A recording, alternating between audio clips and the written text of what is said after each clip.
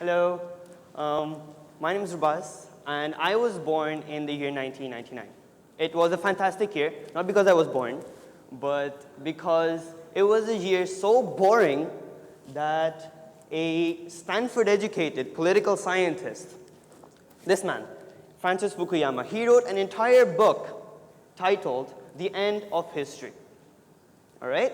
Now, you may be wondering what prompted such like a well-educated man to write a book with a title so, out there. And for that, you really have to go back to 1999. Back in 1999, the world was a very different place. It was a place where many countries were very rapidly democratizing. I don't know how to pronounce that properly. The world was very rapidly democratizing. The economy was rushing upwards. It was very well. And chiefly, there was no war. Okay, there was no war in the common sense. There were no headlines about any war. Let's fast forward 2016, sorry. What's happening in the world right now? Well, a lot to say. Well, Russia, for example, is imposing a huge force on its neighboring countries. China is enforcing an almost colonial rule over some piles of sand in the South China Sea, which, if you don't know, is like a huge understatement. That pile of sand is very valuable. And Greece is in a situation that I doubt even the Greek politicians themselves understand very well. The world seems very messed up. That's a very common sort of analysis that we can make, but I'm here to tell you that it's not. The world is not messed up. Okay, just your interpretation of it is. Right? I can give a very practical demonstration here.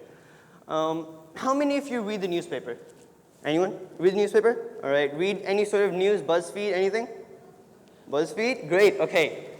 Now, you must be aware of all these recent sort of attacks and et cetera, right? But how many of you know what the global rate of poverty is in the world right now? Anyone? What the rate of poverty is? No one saying anything? Okay, fine, I'll ask you to raise hands now.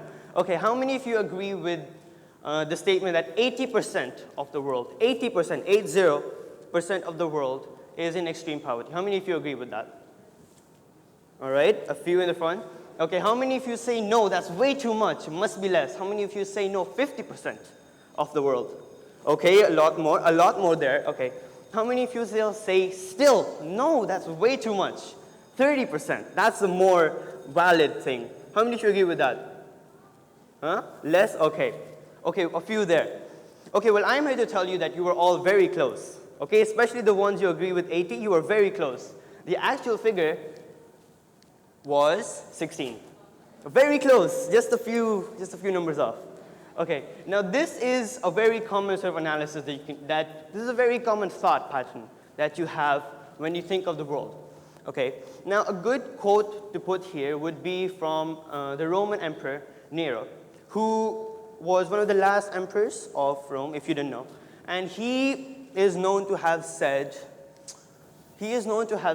what need is there to weep over parts of life when the whole of it calls for tears? Very dramatic, that guy. Okay, now, the thing is, all this sort of troubles that are going on in the world, all this sort of very rapidly changing geopolitical landscape, it's shown how weak we as human beings truly are. It's shown us how fragile our sort of sense of the world and our thinking of the world can get. Okay? Now, this man, okay, his name is Ron Hosling, okay? Now, he conducted a TED Talk in, I believe, Sweden, Finland, somewhere there.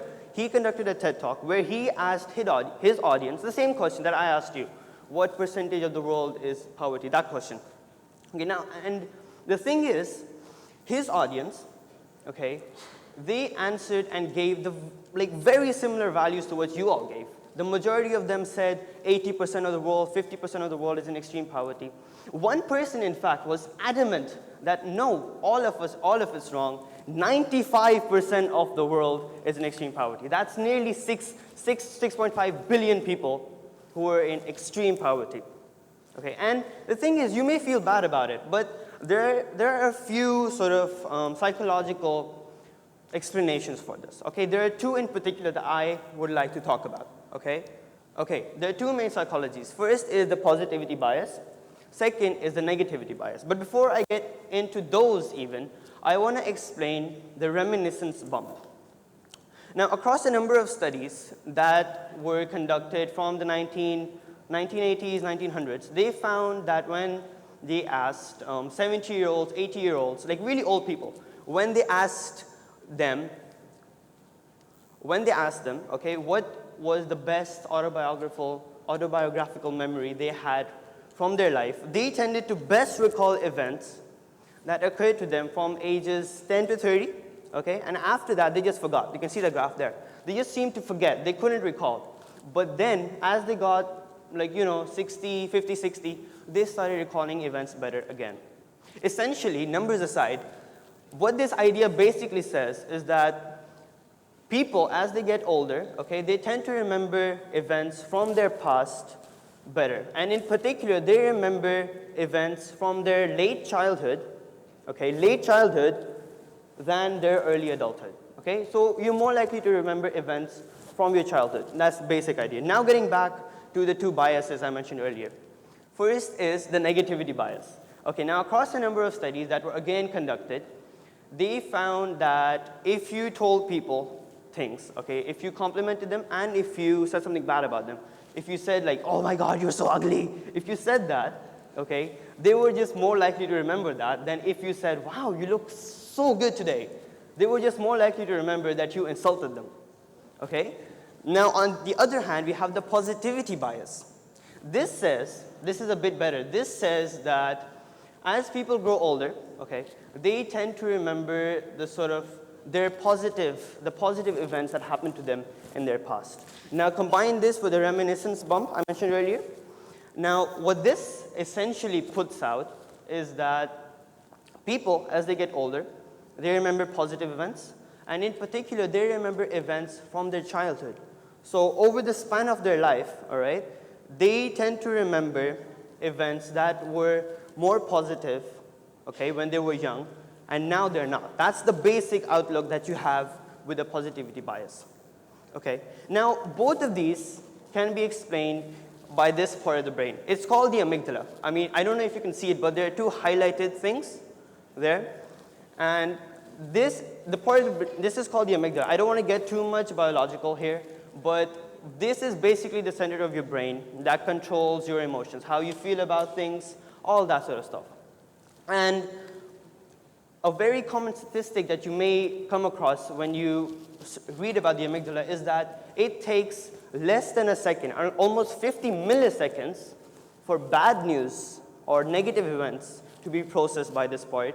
But for good events, for good news, for positive news, it takes 12 whole seconds. So you can imagine the sort of time difference, right? So just like that, you're more likely to remember bad events, and they're more likely to be processed quicker. Now, I'm here to tell you also that you can change all this. All of this you can just change. Because when you read all this news, there's a very proper statement that you can derive from this. It's that more people now, okay, they're hearing from many other people, okay, as those people compete for news that they get from the same sources, all right? You're not going to get like a different source for the same news, right? You're going to have the same news. And to attract attention, they're going to change that news to make it seem more so you can connect with it more. And that's what basically is. And the result of that is that there's a lot of noise in the world. There's a lot of shouting going on, a lot of people going, rah, this is wrong. But there aren't a whole lot of things to be worried about, all right? I think I skipped that slide somewhere. Okay, never mind. There isn't a whole lot you need to worry about. Okay. Now you can change this, but how? Now, I think Miss Rukia Khan, she mentioned about positivity, and that's what my talk is about too. But except I'm not here to tell you how to remain positive. I can say something really sort of nonsensical, like breathe or meditate, but you can't do that. There's no way you can do that whenever you receive a bad news. You cannot just sit there oh, I'm going to meditate now because I heard the bad news. No, you can do this instead. What you do is that you take that information, you take that news, and you break it down into bits you understand. Okay, let's say you have a news about anything. Okay, you break that down into certain bits, and then you list them out, all right?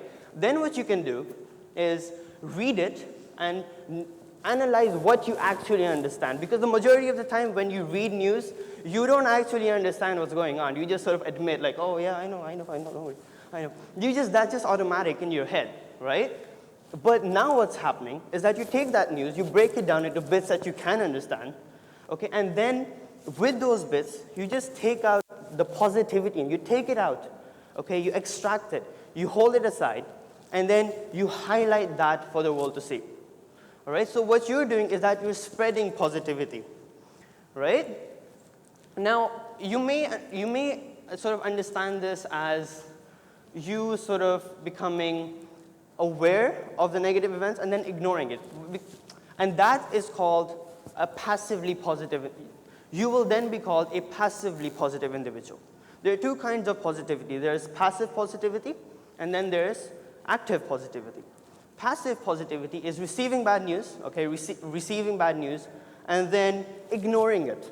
That is the negative, okay, that is bad. That's not something that will help the world, all right? But an actively positive person, he receives the same news. He receives the same news and he extracts it, okay, but instead of just ignoring the bad parts, what he does is that he takes out the good parts, okay, suppresses the negativity, highlights the positivity, and then spreads that for the world to see, right? It's a very simple mindset if you think of it like that. And what you're doing by becoming an actively positive individual, okay, is something brilliant, all right? What you're doing by becoming an actively positive individual is that you're placing yourself in the very epicenter, okay, of this massive domino effect that happens. Okay? You become actively positive, your best friend becomes actively positive, their friend becomes actively positive, and as a result, as a consequence, right, what happens is society itself begins to perceive and respond to news differently. They begin to see the positivity in everything. And you are responsible for that. How cool is that? Like, you are single-handedly, I'm going to end it with this, you are single-handedly responsible for bending the conventions of cultural psychology. Thank you very much for listening.